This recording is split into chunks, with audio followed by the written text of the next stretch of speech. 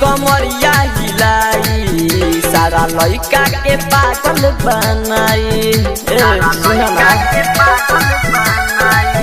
कसे पतरी कमरिया हिलाई सारा लइका के पागल बनाई। सब बोले बोले बोले जब जो बना हम डोले, सब बोले बोले बोले जब जो बना हम डोले। सबके देवे लाऊ खबरी सखी हाथ में धराई देला नमरी सखी। जब जब उठाई ले घंगरी सखी हाथ में धराई देला नमरी सखी। जब जब उठाई ले घंगरी सखी हाथ में धराई देला नमरी सखी।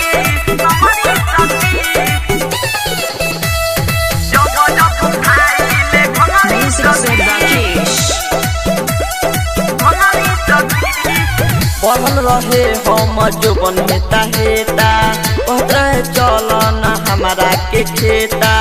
आइल रहे सखी रे बड़का एगो नेता पनाऊ लेके सखी रे चोटा।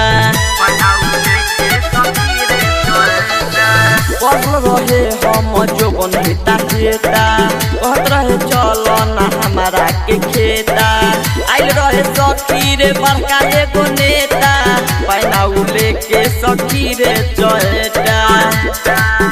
हमरा लागत रहे डर रहे बगले में घर, हमरा लागत रहे डर रहे बगले में घर। सब आपस में झगड़ी सखी हाथ में धराई देला नमरी सखी। जब जब उठाई ले घंगरी सखी हाथ में धराई देला नमरी सखी। जब जब उठाई ले घंगरी सखी हाथ में धराई देला नमरी सखी। नमरी सखी जब जब उठाई ले घंगरी सखी। घंगरी सखी राइटर सोनू बिहारी रहे साथ में हमरा के उत बोलावत रहे रात में। आदित्य राहुल हमके मारे लताना हमरा के सखी ना खाए देला खाना।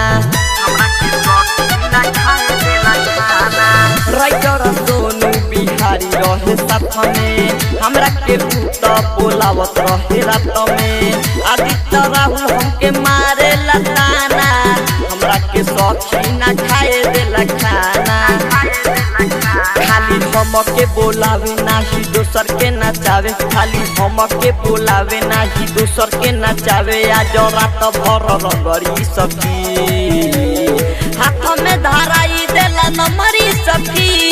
जब जब उठाई ले घंगरी सखी हाथ में धराई देला नमरी सखी।